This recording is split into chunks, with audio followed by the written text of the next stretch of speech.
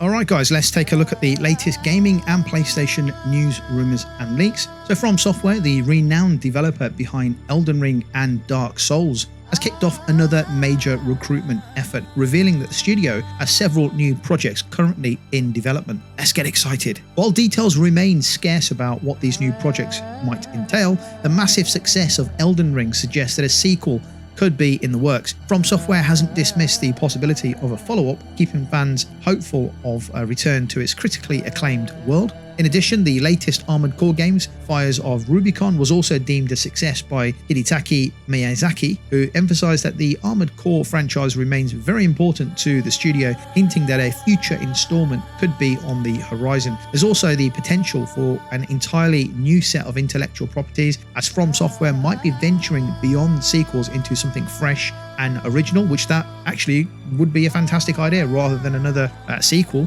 But let's see what happens. And obviously Bloodborne is one IP that a lot of people would like to see come back again, but it's been over 9 years now and we haven't even got a remaster for the PS5, so I don't think that's happening. But anyway, good news that the studio is recruiting, they're taking on more devs. Can't wait to see what FromSoftware have got cooking under the hood.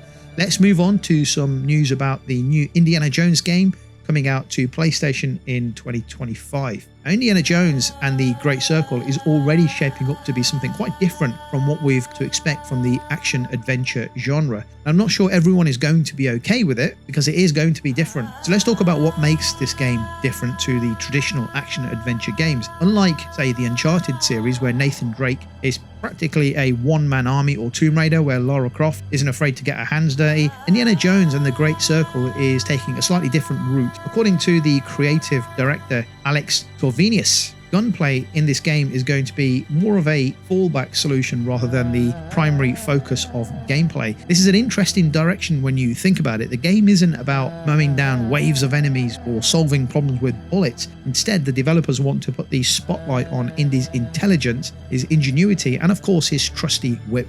And that makes sense, right? Indiana Jones isn't a super soldier. He's an old professor, a guy who's often over his head, finding himself in tricky situations and having to think on his feet. He's not meant to be an unstoppable action hero. He's a resourceful, sometimes even clumsy archaeologist who relies more on his knowledge and quick thinking to get out of jams. So it kind of makes sense, right, as to why the gameplay would focus on not using your gun too often. And what's really exciting here is how the philosophy influences the gameplay. Machine Games, the studio that brought us the intense, action-packed Wolfenstein series, seems to be flipping the script for Indiana Jones. In those games, it was all about guns, explosions, fast, adrenaline-pumped action. But with Indiana Jones, the team is taking a step back from all the gunfights. Not to say guns won't be present in the game, but they won't be the primary tool at your disposal. Corvinus hints that while guns will be available, using them will be less encouraged. So imagine the tension of choosing not to fire your weapon because it could draw more enemies or create more danger than it's worth. And here's the fun twist: you can pick up a gun,